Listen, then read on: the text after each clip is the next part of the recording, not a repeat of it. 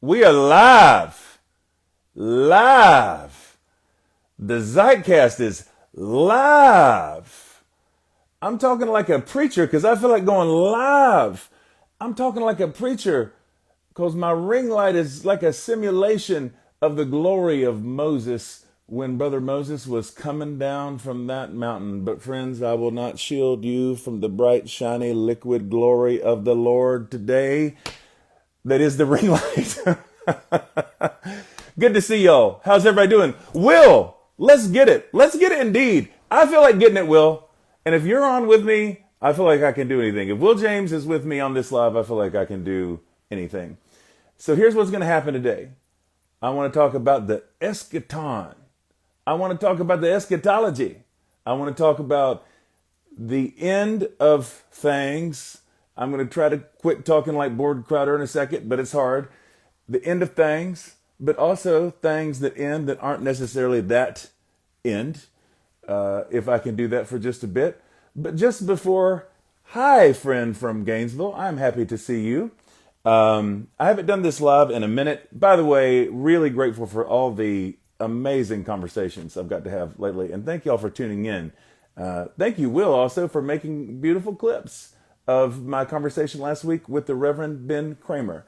Now, just before I get into the word today, greetings, Zachary Bryant in Nashville. Greetings, David Bissono and other folks that I love. Just before I get into the word, hi from Sweden. Let me tell you, I love Sweden. Truly, that's probably my favorite place I've ever visited. Can you find a reason to get me back? Because I really would like to get back to Sweden. Like, I'm not just saying this. I love it. I love it. All of your universal health care and Volvos and streamlined architecture. It's wonderful. Just before I get into the word, if I could make a couple of announcements before Sister Velma comes to sing a special for us all. Here's the thing. I'm bad at making plugs. I almost never, yay, that makes me, I'm going to be a guest speaker at SSU again soon. I had hoped for that too, because that would be a whole lot of fun. So I'm not good at making plugs. I do it very rarely. I never even do this thing to say like, subscribe, share, even though it's very helpful if you like, subscribe, and share. Because see, I'm an Enneagram 2 and some other such nonsense where I'm not good at self-promotion. But I don't think this is self-promotion. I wrote an Advent book that I deeply believe in. I wrote it last year in kind of a fit. It was something like a fit. I put it out 8 days into Advent, which is not ideal, which meant I never really got it off the ground. It feels really more like, honestly, it's meant for this year. So I'm going to be saying a lot more about that. I'm going to be hosting a handful. David, yes, I am feeling interactive day. It was in fact Sweden where I got stuck in the rental car between the walls. If you haven't read that story I tell in How to Survive a Shipwreck, there is an amazing picture of it with my big old self in a very tiny little car, literally wedged between walls with people laughing and taking pictures. And it made the front page of the paper there in Sweden. Anytime I've ever made the news, it's never been something good. It's basically just been getting my car stuck in Sweden and having a little tiff with the Right Reverend Jerry Falwell. God bless you, Jerry. Like I was saying, the book of waiting, I'm going to be saying a lot about that in the coming days because I would like people to read it this year. Wouldn't that be fun? I'm going to do a couple little Advent events. I'm going to be hosting one here in Greencastle. I may be taking it a couple other places if some folks are interested, and I think it'll be a good time. So I'll say a bit more about that as we go. In case that you happen to ask, and no one has asked, to be clear, not one person has asked. My shirt today is from the 1977 film Sorcerer, directed by Brother William Friedkin. Does it, William Friedkin, just seem like a name that sounds good with brother? Brother William Friedkin has directed a film for us called Sorcerer. It's a delightful film. I highly recommend it. But I do, in fact, want to get into the word of the Lord, the Bible. Some people are saying basic instructions before leaving earth. Some people are saying, I don't say that. Some people are saying, Mark chapter 13 was the gospel text yesterday, and I had a great time preaching it because I don't believe I've ever preached from this text as an adult. And it was really interesting for me to revisit it because the way that I see it now is so different from the way I would have framed it before. Because if you know Mark 13, probably the bit that you know is this is the bit where Jesus talks about wars and rumors of wars and actually tells us not to be alarmed. But the main way that we hear this text is to be alarmed, and sometimes I think to alarm people more, not less, if they hear it. So I have only historically would have only heard Mark 13 and thought of it as being about the end of the world. But the plot thickens, friends. Look, Mom, no hands. The plot thickens because, as it turns out, Mark 13 is not really about the end of the world or the end of the age. Not really. It is about another kind of end, the kinds of end that happen before that end. See, REM had a song in the 1980s called The End of the World as We Know It. It's the end of the world as we know it, but I feel fine. And I continue to use that reference because nearly all of my pop cultural references are approximately 30 years old. But it's a great song. And really what we get in the Gospels, you see, there are a number of times, because I'm not one of these folks trying to demythologize the text or taking the enchantment out of it or a sense of, because of course Jesus does speak very clearly sometimes about the eschaton, about the end that is the end. But that is more like what we get in the parable of the sheep and the goats. That's about the end, the end. But something like Mark 13 is not about that end, but it still is about a catastrophe. It's still about trauma. It's still about an experience that would be absolutely upending for all the people who would heard it. But think about it this way. Jesus gives us these words in Mark 13, and it's still in the future for them. But what he describes in Mark 13 is in the rear view mirror for us. And I think it is precisely because of that this is a text that gives us resources to how to know what to do in times where it feels like things are ending, because in fact some things might be ending. It is a text that, well, is not super comforting in one way. If you're concerned about, as a lot of us are, institutional collapse in the world, in America, in the church. On the other hand, the fact that it is in the rearview mirror means that this is a text that gives us a rich and relevant resource to know how we handle it when the building does fall and when structures and systems do fall. That's too much ado. Let's go to the actual text. Is anybody with me? Holler if you're with me. Turn to your neighbor and say, neighbor. Don't do that. Don't do that. Don't be a psychopath. It's just weird. Don't turn to your neighbor and say neighbor when you're just watching an Instagram live or listening to an audio podcast. But the text, if you'll join with me. Mark 13 goes like this, verse 1.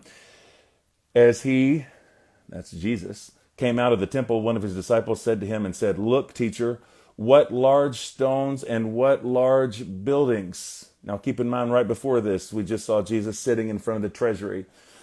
So now the disciples are saying, look at these great buildings. Isn't this fantastic? Listen to Jesus' response in verse 2. Do you see these great buildings? Not one stone will be left here upon another. All will be thrown down. Now look, this is not a hot take. This is not some weird leftist, like whatever. We know exactly what Jesus is talking about in Mark 13 because this very literally happened. So if we presume that Jesus is saying this AD 30-ish, right?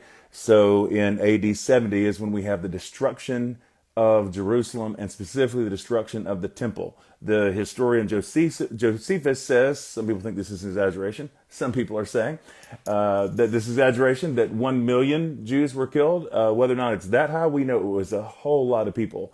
And we know that virtually every structure, because think about how Jerusalem worked, think about the temple at the heart of Jerusalem. It's not just the center of religious and spiritual life. It's the center of cultural life. Everything about society oriented around the temple. And for that temple, that beautiful edifice that is at the center of civic life, corporate life, communal life, spiritual life, all the things, the idea that that building would fall would be unthinkable. And while that's unthinkable, I would like for you, if this doesn't sound like a strange exercise, I would like for you to consider what in your life, in my life, in our world. Imagine what are the buildings, what are the structures that would seem indestructible? I mean, off the top of my head, I just had the thought of what I felt like on 9/11. Didn't have that thought before this moment. But the idea of the Twin Towers seeing the imagery that we did that day, I mean, it was unthinkable. And so whether you think about something like the Washington Monument, whether you think about in your own town, a little town here like Greencastle where I am right now, if I think about what it would mean, what it would feel like for people to go out and see our courthouse that the little town is built around, to see that actually in flames. I mean, of course, what you would think if you saw it is this is the end of the world. And you wouldn't be exactly right, or exactly wrong, rather, because when we see those kind of structures on fire, where we have found all kinds of meaning and significance and had, all these experiences that are orienting for us, what could be more disorienting than to think about them falling, the building being on fire? Now, part of what's interesting about this text, I think, and feels a little bit ominous and eerie, and I'm not trying to speak this, well, I say I'm not trying to speak prophetically. I never know exactly what I'm trying to do. I'll just say what I want to say. But I think, for those of us who would hold out hope that some of our institutions, especially in our civic life right now, might be reformed, we hope for that. We contend for that. It's good and right to contend for that social change. However, there is a kind of inevitability, not just in terms of scripture, but in terms of history, right? That buildings do in fact fall. Temples do fall. Monuments fall. And there are some times where the system is not going to be resuscitated, where the system is not going to be reformed, where in fact the only hope might be the kind of newness that can come on the other side of a devastating experience like that. Sometimes it's unavoidable. And Jesus is trying to tell this disciples who can't even imagine such a thing. They cannot imagine that the temple would literally, not one stone would be left. There are several accounts that actually say that in AD 70. That's how they describe the temple. That's how they describe the devastation in Jerusalem. Not one stone actually was left on top of another. It was just, it was that catastrophic. It was that traumatic. So this destruction of the temple that Jesus foretells is in fact going to happen. But listen to what Jesus says from there. So Mark 13, verse 3. When he was sitting on the Mount of Olives opposite the temple, that's when Peter, James, John, and Andrew asked him privately. Now listen to this. Tell us, when will this be, and what will be the sign that all these things are about to be accomplished? Now again, this is not about the end of the world. This is about the destruction of the temple. That's crucial. Verse 5, then Jesus began to say to them, and I find it interesting, this is the first thing that Jesus says. Very first thing he says in response to this. Give us a sign. Could you maybe give us a chart? Could you maybe give us a prophetic timeline? How are we going to know when this happens? Jesus, if you're saying the most monumental structure that orients our lives and gives us meaning is going to be rent limb from limb, and there's going to be nothing left, when will this happen? What does this mean? Tell us what we need to know. And the first thing that Jesus says in response to this is, beware that no one leads you astray. And why does Jesus say, beware that no one leads you astray? Because y'all, here's what we know if we're awake and we're paying attention. In times of chaos, in times of travail, times of calamity, times of any sort of unsteadiness, inevitably, people are going to come out of the woodwork who will be opportunistic, who will try to seize these moments where other people are in pain and other people are experiencing trauma and travail, and they will try to use it for their own ends. So before Jesus even really answers the question, they're asking for a sign. Tell us how we'll know when this is happening. Before Jesus addresses any of that, the first thing he says is, beware, watch out, know that when this kind of shaking comes, this kind of shaking that will be so violent that it will take down the temple itself, that when it comes, there will be people who will try to lead you astray. And what does that sound like? Many will come, verse 6, many will come in my name and say, I am he, and they will lead many astray. I want you to turn to your neighbor and say, many. Actually, don't do that. But think about this with me because it's so significant, right? Do you realize, because for those of us, and not if you haven't had this experience, sincerely, God bless you. But for those of us who come from certain kind of spaces and certain kind of traditions, we've heard a lot of language about the Antichrist, right? Anybody else there out there heard about the Antichrist? Anybody ever go through phases of your life where people speculated as to who the Antichrist was? There was a time in my life when I remember hearing that Gorbachev was the Antichrist. I don't think that's popular anymore. One point, Michael Jackson was the Antichrist. There are all kinds of contenders and lots of speculation about who the Antichrist. Brother Will James knows what I'm talking about. He's heard speculative theology about the Antichrist and the end of the world. There's a lot I could say about that, but just the idea of the Antichrist. Do you know that the only time that the word Antichrist appears in the New Testament, that is in the plural form, that is in the book of John, or First John rather. And what First John says is that there is a time that many Antichrists will come. Many Antichrists will come. Now, the idea, which I'm not going to get far into, of there being the Antichrist, it's sort of a cobbling together of a phrase from Thessalonians that speaks about a man of lawlessness.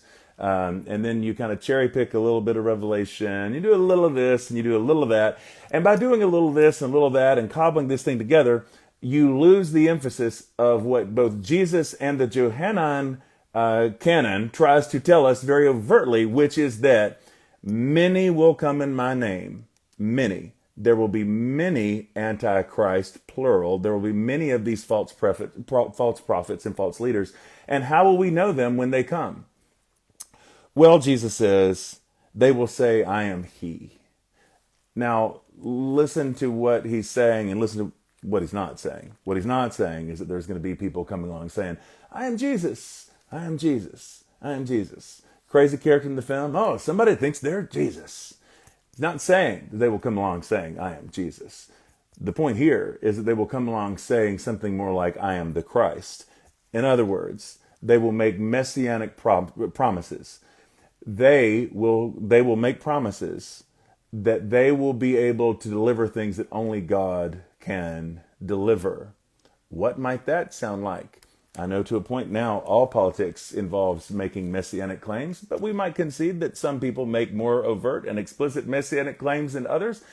And the way that might sound like is something like, I'm the only one who can fix this. I'm the only one who can put this back together. I'm the only one you can trust. You can't trust anybody else. You can't trust scientists. You can't trust doctors. You can't trust teachers. You can't trust your friends. You can only listen to me. Trust me. Trust me. I'm the only one who can do this. They make messianic claims.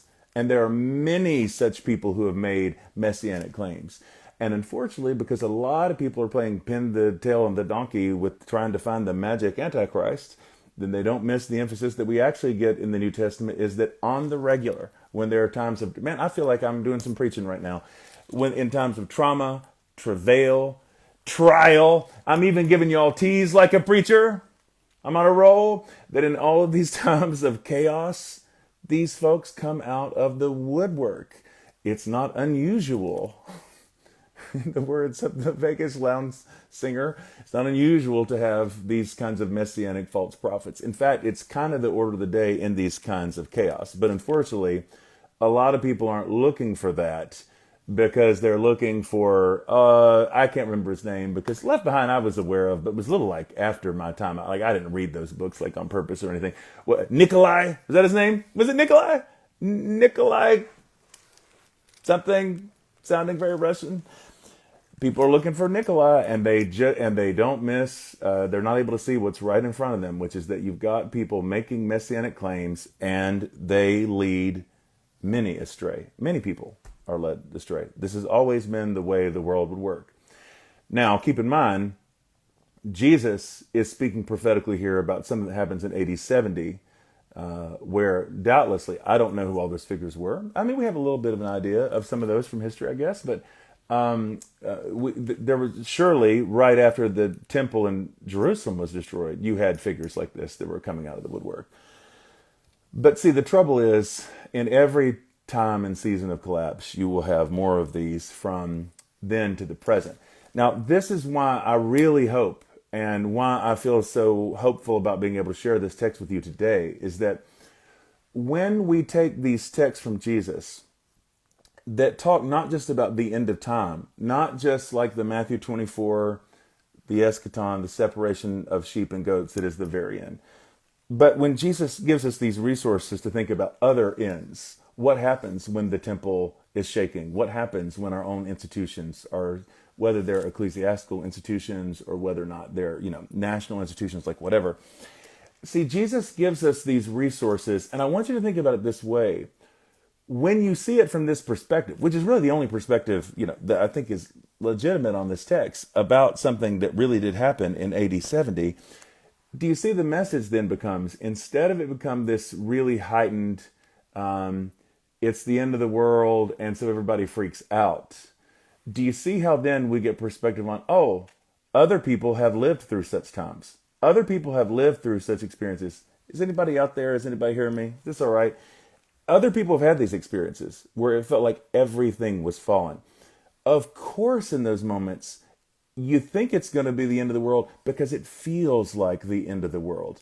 It is the end of the world as you have known it. And Sister Nicole just said, I wonder if during any time of heightened human suffering, we discern which Antichrist spirits and personalities are rising up, promising some sort of salvation or redemption through them alone.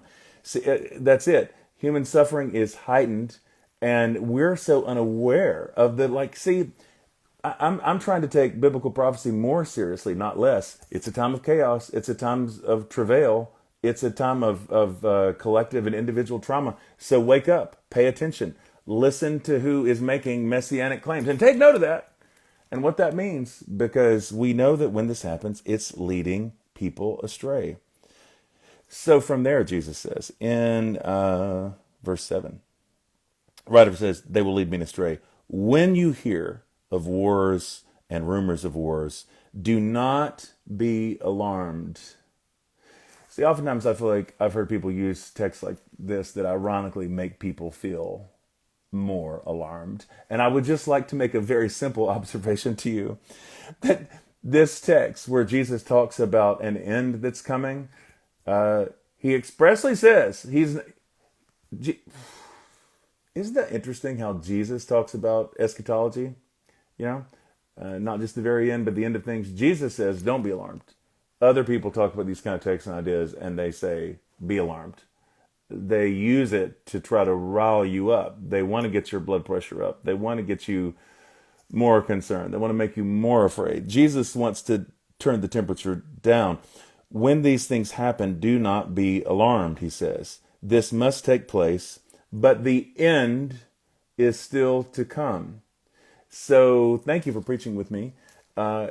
So think about that. People lived through the destruction of the temple, and they reacted to the absolute center of their civic, corporate, communal, common, spiritual life burning, and no stone left untouched, right? All being thrown on the ground the same way that we did. They thought it was the absolute end. But the end was yet to come. The end was yet to come. And I'm saying that right now to say this. I think it's important because, look, I am the opposite of the end times experts that I don't believe in. I should stop making fun of them all the time. I can't help making fun of them because they're wrong about absolutely everything.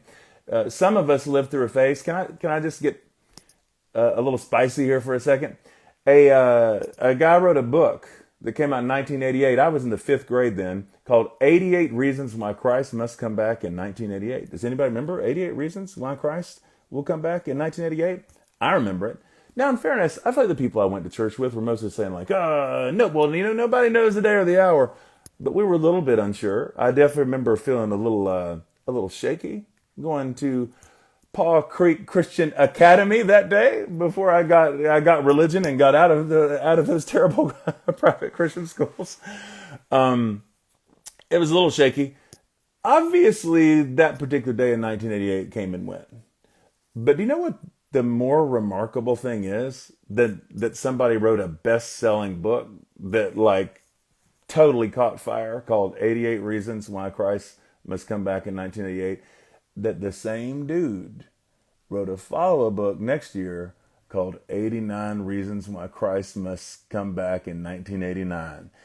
I have not checked to see if he did a 90 Reasons Why Christ Will Come Back in 90. I'm assuming that's not the case. I'm assuming after you predict the end of the world a second time that probably the magic starts to wear off of the market just a bit. But do you see what he did there? Well, Christ didn't come back in 88, so it's 89. Here's 89 reasons why Christ must come back in 89. And I continue to see all the prophecy types continue to do this, is they keep trying to shoehorn and wedge all these popular events, these things that happen in mainstream culture, into these biblical prophetic texts. And then, like, when the main claim that they're making turns out to be wrong, Y2K, well, that's right, you'd be surprised. Was it, they might have done a 95 reasons Christ will come back in 95. Inevitably, the perennial prophets, Chris, that's a great phrase. Inevitably, what happens is, we'll tweak it just a little bit. I remember hearing pastors I knew well around Y2K, like, we're not saying for sure this is the end, but what if it is? And they weren't telling people not to be alarmed. They were trying to get them to be more alarmed. I know I am using an unnecessary amount of words on a simple concept, but I want it to land deeply with somebody right now. Do you understand that they keep revising the script every 5 seconds? It's the trouble with trying to read scripture that way, and the way people, there's a certain scheme people have used of putting text together from Daniel and Revelation that you couldn't come up with it before the 1800s, because nations weren't configured the way that they were until then. And then it becomes like, constantly tweaking and revising. I just think this business never turns out well. And while it is true, and I say this as someone who, as a person of faith, I don't know what this looks like. I don't know exactly what it means. I believe a lot of things I don't know exactly what I mean. But I definitely do believe in something, in the second coming of Christ. I definitely believe in that final way that God makes things right.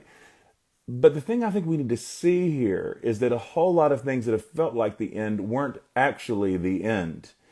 And so we need the resources of texts like Mark 13 and the experience of real people that we know and that have lived through such times to know, can you even imagine what it would have been like to live during the collapse of the Roman Empire?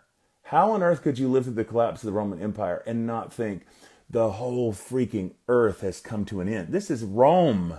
Like, the Roman Empire cannot be toppled. It's impossible. Imagine what it had been like to live through the bubonic plague. Imagine what it had been like to live through the Civil War. Imagine what it had been like as a Jewish person to be alive during the time of the Holocaust. We have people who are able to tell us what this was like.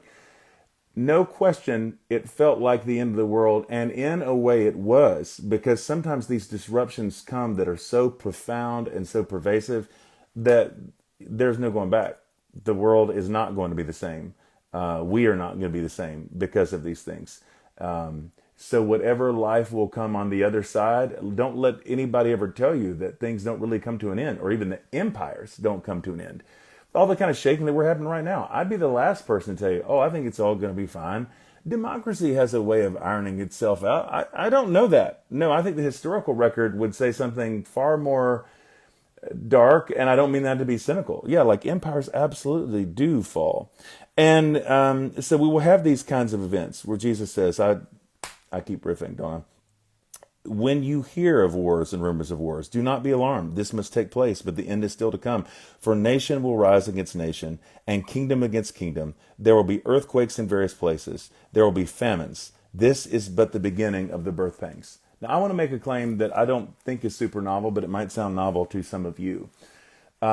If you don't do the deal that I riffed on for just a second about when people take a couple texts from Daniel and Revelation and try to turn it into a whole scheme, do you know that normally what Jesus will say about the end and about these ends that lead towards the final end, the final countdown, if you will, have you noticed that actually they're intentionally a little bit vague? They're intentionally a little bit general.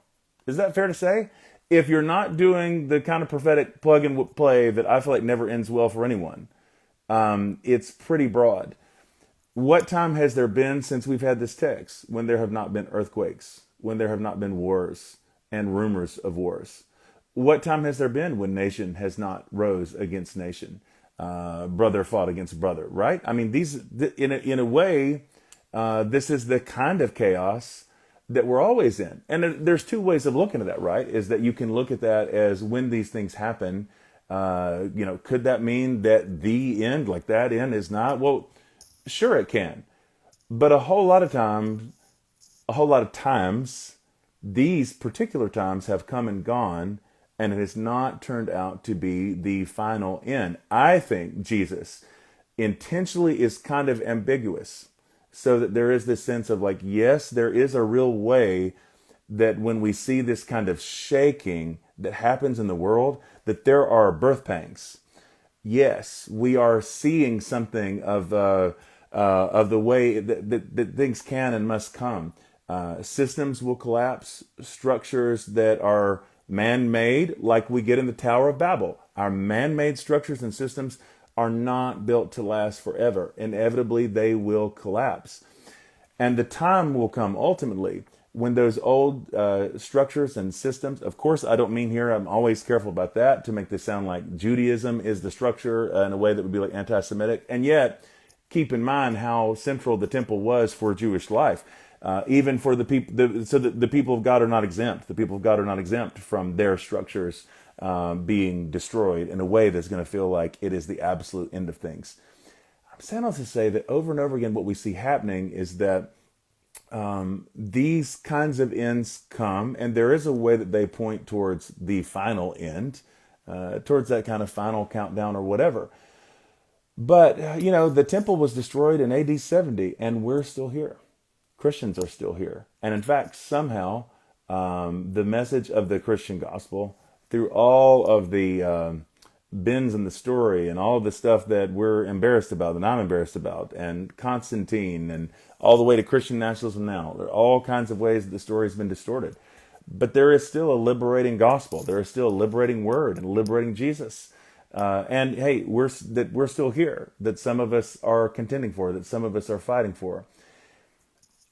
I wonder if it's a helpful question to think right now. What if some of these ends do turn out to be ends? Thank you for preaching with me, Bishop Ken Tanner. I love you.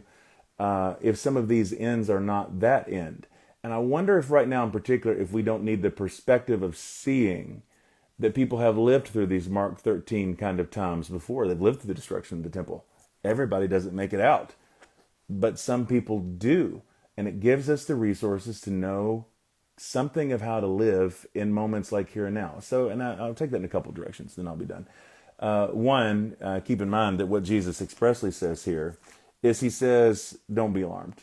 So instead of trying to heighten the tension, instead of trying to bang the gong and tell people who aren't frightened that they need to be more frightened, what Jesus actually does with these prophetic words is use them as a source of comfort. To say, hey, come in from the storm. Come in and experience some shelter. Come and know that there is another story that God is telling beneath the story that our news is telling, right? So there's real comfort in that. And yet, what Jesus says is not only unsettling in terms of like the artifice will fall, the edifice will fall, that these structures that have meant everything to us aren't going to be here. But Jesus, I'm going to go 2 verses past what the lectionary text was for yesterday. Jesus makes it more personal and more individual. He says, and I think this is so important, as for yourselves, beware, for they will hand you over to councils. You will be beaten in synagogues, and you will stand before governors and kings because of me as a testimony to them. And listen to this, and the good news must be proclaimed to all nations. Actually, I'm going to read one more verse further. When they bring you to trial and hand you over, do not worry beforehand about what you are to say, but you say whatever is given to you at that time. For it is not you who speak, but the Holy Spirit. Y'all, can I tell you something? In a time in which there's a whole lot of shaking going on in the world outside us and the world inside of us, Jesus says these times are going to come. And inevitably, then we're going to freak out. What am I going to do? What are we going to do? Structures are falling. Systems are falling. The things that have held us up, kept us afloat, they don't exist the same way that they used to. What are we going to do? What are we going to do? And I want you to hear the simplicity of what Jesus calls his own disciples to do. When The councils call you before them. When you get called out, when when you get hauled out, when you get brought before the courts, when you get brought before whoever the powers that be are, here's what you're going to do. You're going to keep doing the same thing that you were doing before. Your job after the apocalypse, your job during the apocalypse, is the same job that you had before the apocalypse. Bear witness. Be my witnesses. I shared recently, my friend David Myers did a beautiful song called Witnesses and was kind enough to let me contribute a little spoken word bit to the track. And David's music and that whole message is so haunting to me. I keep thinking about it because I, like you, still have these moments where I freak out. What am I going to do? What are we going to do? And then we start playing out all the hypothetical scenarios. What will we do if this happens? What will we do if that happens? And I love something right now about the simplicity of what Jesus says, which is when these things happen, your job is to bear witness. It's the only job that God has ever given God's people, right? It's what Jesus says in the end of Matthew's gospel, that we supposed to be his witnesses even until the end of the earth. Same message we get in the book of Revelation from an aerial point of view is that we are told that those who follow the Lamb, those who love the Lamb, will overcome by the blood of their testimony. By the word of their testimony, by the blood of the Lamb, loving not their own lives even unto death. They will go the Lamb's way, not holding on to life, not clinging, but bearing witness. And that theme of witness just comes up over and over again in Revelation. Isn't there something that right now feels like a hot, like a warm, clarifying bath? The only thing that we can do, the only thing you can do, the only thing I can do is bear witness. See, a whole lot of folks are being led astray. There's no getting around that. But for some of us, we continue to really see, don't we? We continue to really see what's happening to our neighbors. We continue to see what happens to our vulnerable friends who are scapegoated. We continue to see the way that truth is distorted and misinformation becomes disinformation, and actually people of faith are the most likely folks in the world to believe it and to disseminate it. We continue to see truth get trampled. We continue to see friends get trampled. And when we see and hear their stories, we can't look away. We don't look away because our calling is to bear witness. We got to tell what we've seen. We got to tell what we've heard. What else is there to tell? What else is there to talk about? What else is there to offer except our story and the stories of vulnerable people around us who are experiencing these things? Our job is to bear witness. So if you're trying to figure out in this very complicated, traumatized and traumatizing time what your role is, I wonder what clarity there might be for you in that from the words of Jesus that say, first of all, don't be alarmed. Wars, rumors of wars, earthquakes, nation rising against nation. It's the order of the day, and this is how this is what the time will look like before the time. Many ends will come en route to that final end. But what you do, you don't be alarmed, and you bear witness. Because see, the reason this stuff matters to me so much, and the reason that I find myself going a little bit hard about it sometimes, is because I see really, really bad fruit from the kind of theology that's told people to essentially pack their bags and be ready for Jesus to appear at the bus stop. Because look, if, I think about the imagery of Revelation 19 of Jesus riding on the white horse. If the king comes, then I believe that the heart of the king is tender and good and pure and kind.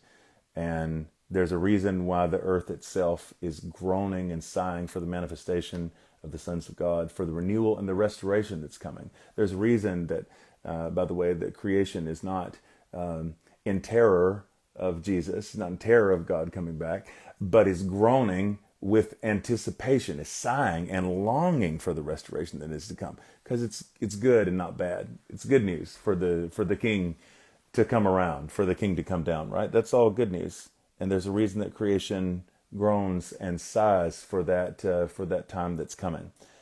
But my deal is for the folks who kind of take these messages that they hear about eschatology and in the world and all their charts or whatever, and kind of have a sense of like packing up and sitting at the bus stop.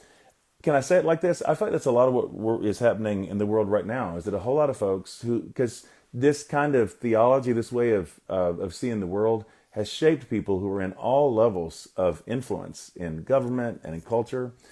And the more that happens, you know what the fruit of that looks like? It looks like people who just kind of say, F it. You know? Just kind of say, F it. Like, well, the world is burning anyway. Who cares?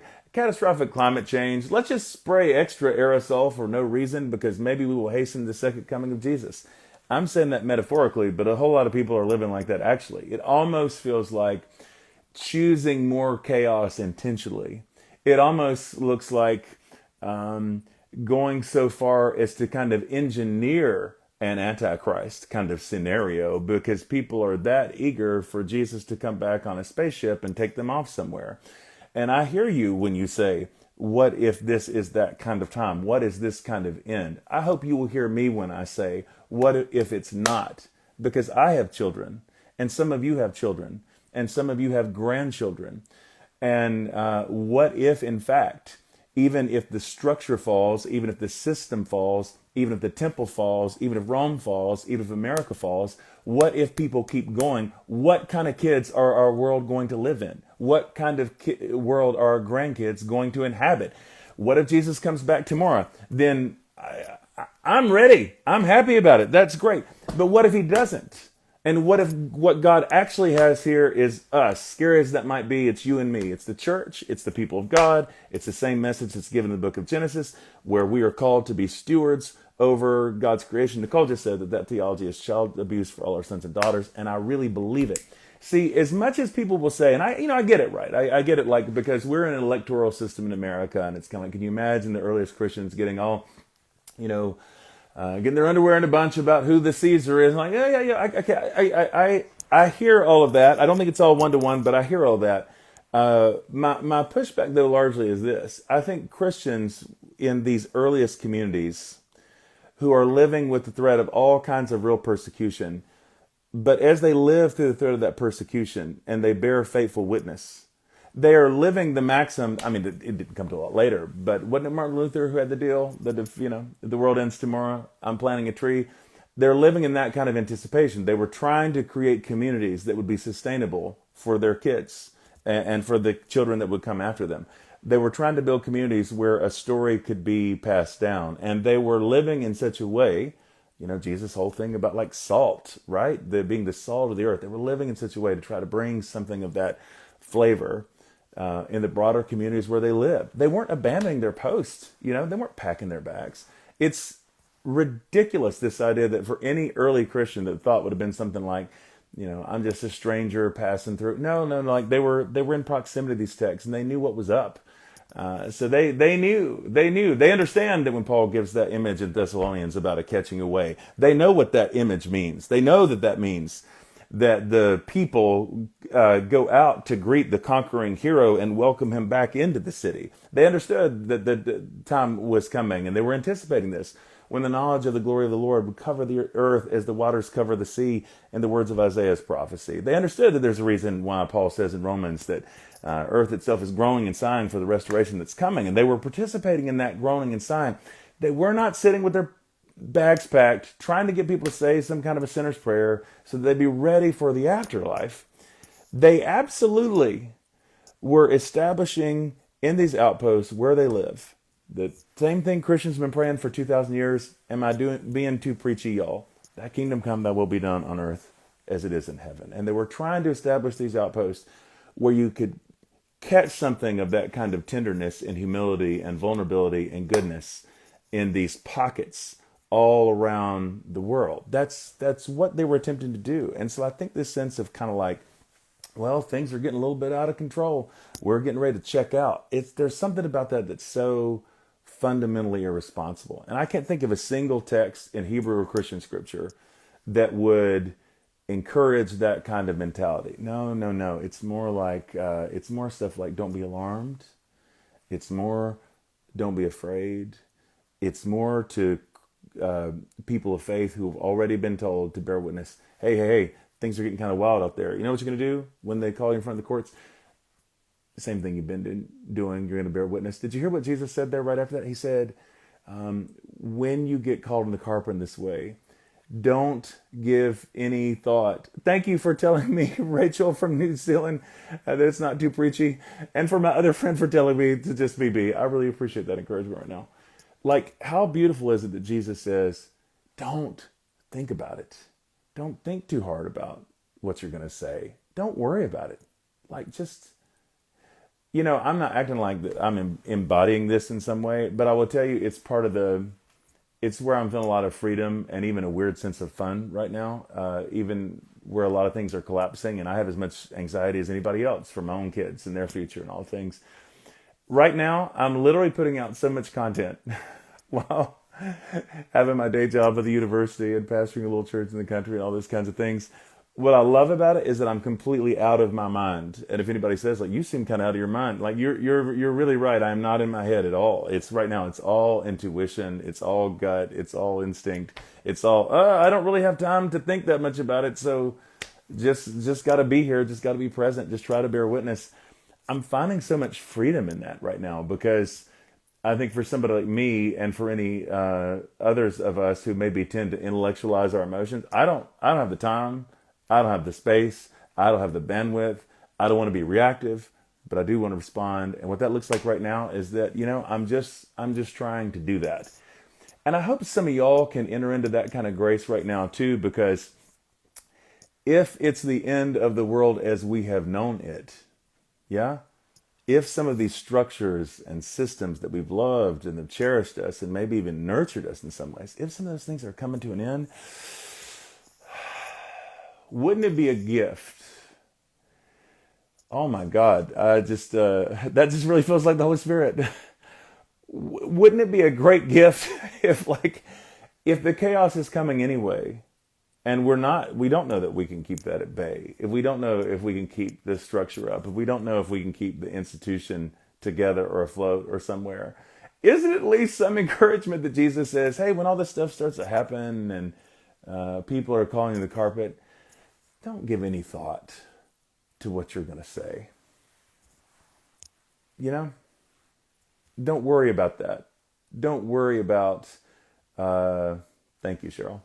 Don't worry about how it's going to sound. Don't worry about what it's going to look like. That's a lot of what we're doing right now, right? And I understand it, as we kind of huddle together and, what are we going to do? Try to come up with some kind of strategy. Strategy can be like good and right. But I also think in times where the chaos is almost so violent that we really don't have language for it. We don't know exactly how to describe it, much less to transcend it, speak into it, whatever. I think there's something to this wisdom of don't give any thought to what you're going to say. The Holy Spirit will give you that. The Holy Spirit will give you the words. That's not the kind of craziness I've heard much in my life where preachers do, like, oh, I'm just going to open up my mouth and let the Lord fill it. And then whatever crazy scapegoating, angry, furious thing, whatever personal grudge or grievance they have against their neighbor, then that comes out. I'm not talking about that. But, I'm talking about that real freedom that the Spirit brings of when you're not overthinking, you're just being present to the moment you're in, and you're bearing witness because that's all you know how to do. All we know how to do is tell the stories of what we've really seen and really heard. Again, in the lives of our friends, in the lives especially of vulnerable people around us, the image of God that we've seen in them, sometimes the image of God that's being trampled. We got to tell about it. We got to bear witness. We got to bear witness to what's happening in Gaza. We got to bear witness to what's happening in America with a whole lot of people that I dearly love. We got to bear witness to things that are happening on the underside of the story where God is always moving and working. We have to bear witness because what else is there to do? What other strategy is there if not to bear witness? I've gone so much longer than I meant to, and yet I feel such a freedom right now. The Book of Waiting, which I started off with, my Advent book. I don't mean this to be a big plug, actually, but I kind of start with that because I felt a little self-conscious because I knew when I wrote this, it was like Sister Margaret Gaines, who's so dear to me in so many ways, shaped my life in all these ways. I'm like, oh, I'm talking about Sister Gaines again. I'm telling Sister Gaines stories. I've been telling these stories for years. People are going to get tired of hearing me tell the same old stories. And when I thought about that, I thought about the Billy Reverend Billy Cowles, who was standing beside Dr. King when he got shot. And he lived a long time. He just died in the last year or two. And for the rest of his life, Billy Cowles is now the man who stood beside Dr. King when he got shot. So everywhere he went, I followed his life and ministry this way. Everywhere he went, what other story are you going to tell? you know, I mean, what other stories are there worth telling when you were on the balcony in Memphis when Dr. King got shot? Of course, that's the only story he's going to tell. He was there and bearing witness to one of the most terrible and transformational moments in history, like both so awful and yet also the linchpin moment from which so many people would get free in that mysterious way that somehow out of traumatic experiences, captives are freed and the truth gets out somehow. What a story going to tell? And so it made me feel more comfortable with, maybe I am going to continue to tell the same old stories. Maybe for as long as I'm here, I'm going to be talking about Sister Margaret Gaines and what she experienced in Palestine and what she experienced with Palestinian Christians, because that's a story I have to tell. Maybe that's the only story that I have that's worth telling. And whatever things that you've seen, whatever ways that you have been able to bear witness to. These comments are so good. All the legalism and man-made rules have destroyed the sacredness of what who Christ really is and what he's taught. That's it. Ironically, because in a text where Jesus is talking about the destruction of the temple, and as in destruction of institution, right? These institutions that stabilize. Ironically, it's people of faith often who are most clinging on to try to have that kind of institutional stability or bring it back, turn back the clock, turn back time. It's not going to happen. And that doesn't mean that things aren't going to go down, that aren't going to be really hard, where there's a kind of terror. And yet I feel like even in this text and in the world right now, is there not an invitation of the Spirit into a kind of letting go, right? It's like, okay, well, if these things are going to happen anyway, maybe at least we cannot overcomplicate it. Maybe at least we can be content with bearing witness and telling the story. Maybe we can listen to what Jesus says, to not be afraid, to not be alarmed. Maybe we cannot overthink our responses to the chaos. Don't prepare what you're going to say. The Holy Spirit will give you the words. And we can just be present to the moment, in both the terror of it and also the beauty of it. Joel said, bearing witness to what is happening to our neighbors around the world is a holy act, a discipline we all need to embrace. And Angela just said, keep it simple. See that? I've been trying to land the plane for a minute, but I'm feeling so good having the kind of communion with you all right now. Isn't it wonderful just how simple that really is? So that's what's funny. And sometimes now when I talk about some of these texts from a different perspective from what I would have had on them before, people act like I'm the one complicating things when I'm like, yo, all this business about 7 church ages, and then there's a rapture, and here's the bear of the north, and goodness, you just about need some kind of a PhD. It is amazing how labyrinthine and how elaborate, and no one ever just reads a text of scripture and comes up with that stuff. If somebody were in a cell reading a Bible for the first time, they wouldn't come up with all that. You have to be taught and you have to be trained. And even if you don't go to it's not formal education, the amount of kind of indoctrination that you have to be able to then intelligibly do something with any of that, right? I mean, but gosh, the simplicity of the call of Jesus to bear witness and not to freak out in the times of earthquake and disruption, to trust that the Spirit will give us the words that we need to say. Terry said, can you explain more on letting go, but also bearing witness? I know they're binary, gosh, or aren't binary. I see. I'm so glad you said that, because Here's the way I'm thinking of it right now. At least I love this notion that the invitation to bear witness is as simple as whatever it is that we've heard and whatever we've seen. Remember that verse in the Gospels where Jesus says something like this, that it's the idea is that what's been whispered to him that Jesus is now bringing from the housetops. I think there's something about, for me, the letting go, I think, for me, looks like letting go of any sense of agenda or script that I've had for how the world's supposed to look. And trying to be especially dialed in right now to what it just means to kind of tell the truth. It's why, as crazy as it all feels and as disrupted as I feel, I'm finding a lot more freedom than I ever have either. Because just telling the truth, I think right now feels like such a revolutionary act, especially when that truth is bearing witness to our vulnerable neighbors, right? There's something about that. Yeah, Tappan said, so crazy when you step out of that bubble and realize the rest of the world does not understand the timing of the rapture and tribulation. Isn't that wild? Yeah, because for us, this was just kind of like the order of the day. It's how we think about everything. Now, I think I'm so much more alignment with this sense of, and again, I don't know when the final end is coming, but I think what we see not just in scripture, but throughout history is just the cyclical nature of things, right? Empires rise and empires fall. Structures rise and structures fall. Out of the ashes, then comes newness. Out of the death and the decay and the desolation comes the possibility for new life too. And we embrace that wherever we can find it. We bear witness to that. We bear witness not just to the dying, which is so important. The Billy Kyle's example, literally bearing witness to the assassination of Martin Luther King. But we bear witness also to the beauty that we see. We bear witness to the joy that we see. We bear witness to joy wherever we might find it. Nicole said, for me, it's releasing the need to be in control of taking the powers that be, but speaking rightly of my neighbors, leaning into those I'm in proximity to.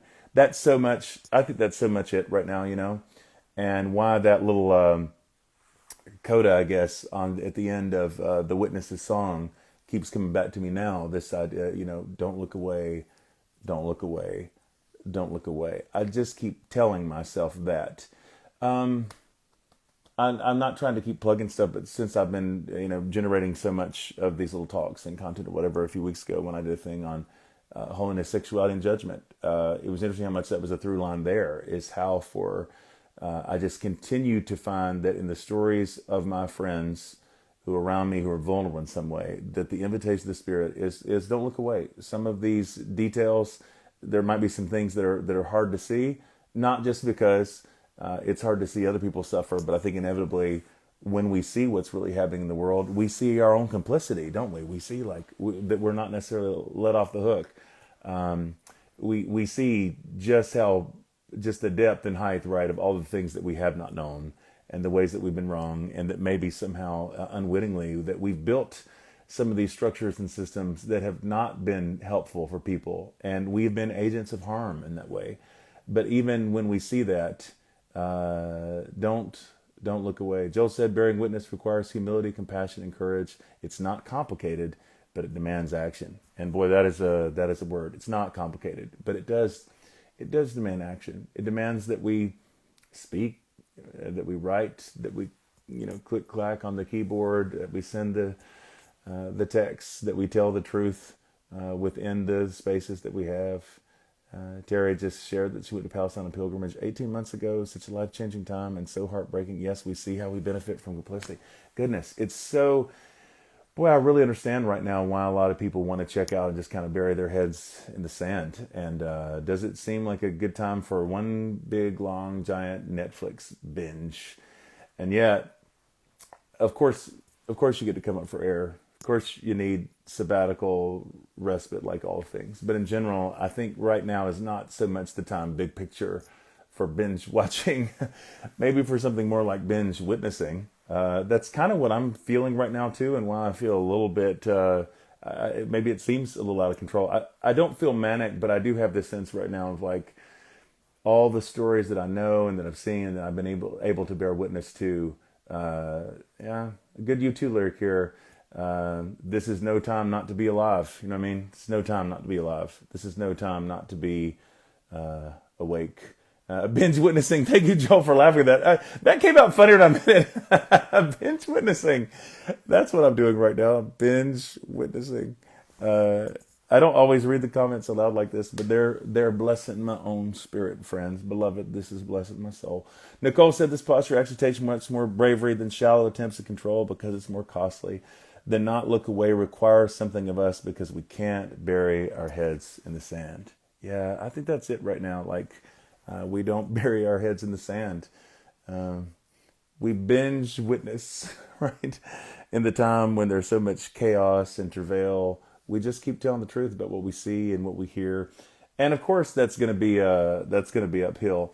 I'm always a little sensitive in these texts because of the ways that the Gospels have been used and weaponized for anti-Semitic purposes. I never want to heighten that kind of tension. Jesus himself obviously is Jewish. His disciples, they all understand themselves to be part of a reform movement within Judaism that honors Jesus and Messiah. They are Jewish people. But as we see the tension within these texts and the way that religious leaders in Jesus' time will reject them, the same way that right now, people who would name the name Christian and would claim to follow Jesus are inevitably going to be called to the council. And it's not going to be secular folks who do that. It's not going to be, the government that's going to do that. It's, it could be. But for many of us, it's going to be like these religious systems and structures that feel threatened that are really going to call folks out. I just think it's not insignificant. It's not insignificant that in Jesus' time and in ours, that's often the way it's going to look, is that people in the name of, why? Because understandably, the systems and structures that have held them up, well, they don't want to see them collapse. They don't want to see them fall. And I think any time that a person truthfully bears witness and they tell the truth, no matter where it's going to lead them, even if it leads us places that we would not choose to go, when people bear witness that way, there's a real way that's going to threaten people who are still trying to hold on to power, who still want to click their heels together and say this is not happening, who still want they want the temple to stay intact. Well, can't everybody just come back to church? Can't y'all just come back to church? Can't we just go back to where we were before? Can't we just turn back the clock? Well, no, we really can't. And while I'm connected in a meaningful way to institutional structures and happy to be at my Methodist church and be connected to a university and an institution of higher learning and all those kinds of things, I don't have my head in the sand either, that I have no idea what all is going to survive the kind of shaking that that's happening in the world right now. But I do know this, for however long that I'm here, however long that any of us are here, wouldn't you like to be part of whatever newness comes on the other side of that? And isn't it somehow heartening? I'm going to say it one more time and I'm wrapping it up. But the way that, again, the liberation that comes, that this text, that really isn't in front of us, in a way it's in our rearview mirror, isn't there something that's fundamentally encouraging just to remember the fact that other people have lived through such times and have found a way to kind of burrow their way into some kind of new life. They've seen and they have been able to bear witness of something of the kind of life that comes on the other side of so much dying and so much destruction. There are people who can tell us about this. I would encourage you to listen to those voices. I certainly try to feature them here whenever I can. And seeing my friend Anthony on right now, he's one of those kind of voices. Listen to voices of people who've been there and done that, who've been part of building these new communities that come on the long side of so much dying and yes, oppression and persecution, because it has happened and it is happening. Well, that's my little talk on Mark 13, and I hope that whatever shaking that you're in, whatever chaos that you're in, whatever buildings are falling down, can I just plug for you one last time something of the wildness of the Spirit? Because isn't that right? Isn't it true that it's really always the Spirit that has animated us? It's always been where the Spirit is, there was life. It was never about buildings. It was never about structures. It was never about systems. All those things come and go. And so for those of us who are willing to embrace the kind of life that the Spirit brings, and to realize, you know what, the Spirit is really not under siege. The Spirit is not under threat. Jesus is not under threat. Some of you have heard me say that before. So you don't have to worry about anybody coming after Jesus. You don't have to worry about people taking your Jesus away or whatever. Jesus has already risen from the dead. I can assure you that Jesus is not afraid, and the followers of Jesus decisively do not need to be afraid. The worst thing that could happen has already happened, and that God has died, and yet God has overcome with resurrection. So in that regard, there really is nothing to fear when we're connected to that story that runs beneath all the other stories that the world tells us and that sometimes we tell ourselves. There is a deeper story that runs beneath it where we can find meaning. Let's connect to that story. Let's connect to each other. Let's connect in community. The same thing that the way I'm getting encouragement in the middle of the afternoon right now by feeling connected with some of you. I hope that you're finding places and people. And if you feel on the margins, the outskirts of where you are right now, I hope you can find some folks who also maybe feel on the outskirts somewhere else, because we need each other. But don't be afraid. Don't be afraid. Do not lose heart. Do not let your hearts be troubled. Thank you for those of you who are bearing witness. Yeah, I keep trying to stop. Thank you for those of you who are bearing witness. Seriously, thank you to those of you who are who've lost friends.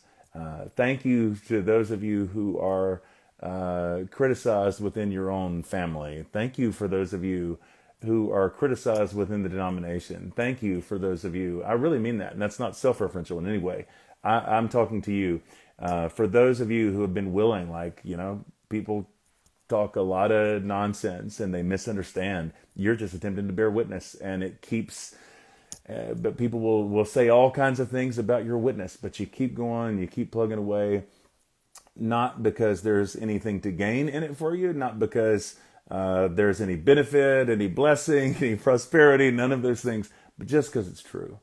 And you can't deny the truth. You can't bury your head in the sand, so you keep speaking. Thank you for doing that. Thank you for being willing to do that when you know that it's going to be misunderstood. Thank you for being willing to do that. I'll even say it like this. Thank you for being among the 15, 19%-ish. Thank you for being willing to be the vocal minority. Thank you for continuing to tell it when nobody's listening. Thank you for the ways that sometimes you rehearse the story even to yourself sometimes, Joel just said many people have made a career of convincing us that we need to stop the crucifixion again and again, that we need to raise up the sword as Simon Peter did. But Jesus doesn't ask that of us ever. And that just feels so right, because I just think that what happens for us is that when we feel like our stability is being threatened, when our temple, there's a lot of us, what we do, we're still pulling for the sword and we get so defensive. And I just think, y'all, it's... And it's not this tisk way. I feel like sometimes now I don't feel like that's tone appropriate for the moment. Like, don't anybody be mad, don't anybody be angry, don't anybody get your feelings hurt. I understand that some of the things that folks are experiencing right now, there's real threat. But what we see over and over again is that this kingdom of God, this movement of the Spirit, it's just not advanced that way. When we grasp for the sword and we just start swinging the sword wildly, which sometimes I am still very much inclined to do, it just doesn't build anything. It just doesn't accomplish anything. So we do what's been given to us, and that's to bear witness. Tabitha said, sometimes my heart gets troubled even when I don't let it. Grateful for this online community to come up for air now and then. That's it. We keep coming up for air. We keep finding. Oh, yes, Anthony. We can't save Jesus. He's good. That's it. Jesus is all right. Jesus is all right.